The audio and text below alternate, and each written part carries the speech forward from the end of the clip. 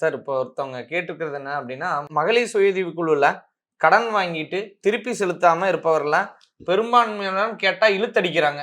இதனால மத்தவங்களோட இதுவும் பாதிக்கப்படுது அப்படின்னு சொல்லி கேட்டுருக்கிறாங்க. இதுக்கு என்ன நம்ம சட்ட ரீதியா நடவடிக்கை எடுக்க முடியும் சார்? பொதுவா சுய உதவி குழுன்றது வந்து ஒரு சொசைட்டீஸ் ஆக்ட்ல வந்து ரெஜிஸ்டர் பண்ணியிருப்பாங்க. அதுல வந்து அதுக்குண்டான பைலாஸ் இருக்கும். சட்ட திட்டங்கள் இருக்கும். அந்த சட்ட திட்டத்தின்படி அதுல வந்து அவங்க உறுப்பினரா சேர்ந்து, அதுக்கப்புறம் கடன வாங்கியிருப்பாங்க.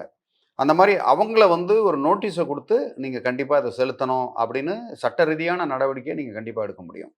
ஓகே. சட்ட ரீதியா மட்டும் தான் போ முடியுமே தவிர, சட்டவிரோதமா அவங்கள மிரட்டுறதோ அதெல்லாம் பண்ணீங்கன்னா, இந்த உறுப்பினர்களோ, இல்ல வேற யாரோ ஒருத்தவங்க மிரட்டி அத செஞ்சீங்க அப்படின்னு வரும்போது, அந்த இடத்துல பாதகமா தான் அமையறதுக்கு வாய்ப்புண்டு. அதனால சட்ட ரீதியா ஒரு அவங்கள அணுகணும். ஒரு நோட்டீஸ் அனுப்பிச்சு, இந்த மாரி குடுக்கலையே என்னன்னு கேட்டு, அவங்கள வேற எதுவும் வாய்மொழியா பேசாம, வாய்மொழியா முதல்ல ஒரு அன்போட பேசி பார்க்கலாம். அப்படி இல்லன்னா, நீங்க சட்ட ரீதியான நோட்டீஸ் அனுப்பிச்சு தான் வந்து ரெக்கவர் பண்ண முடியும்.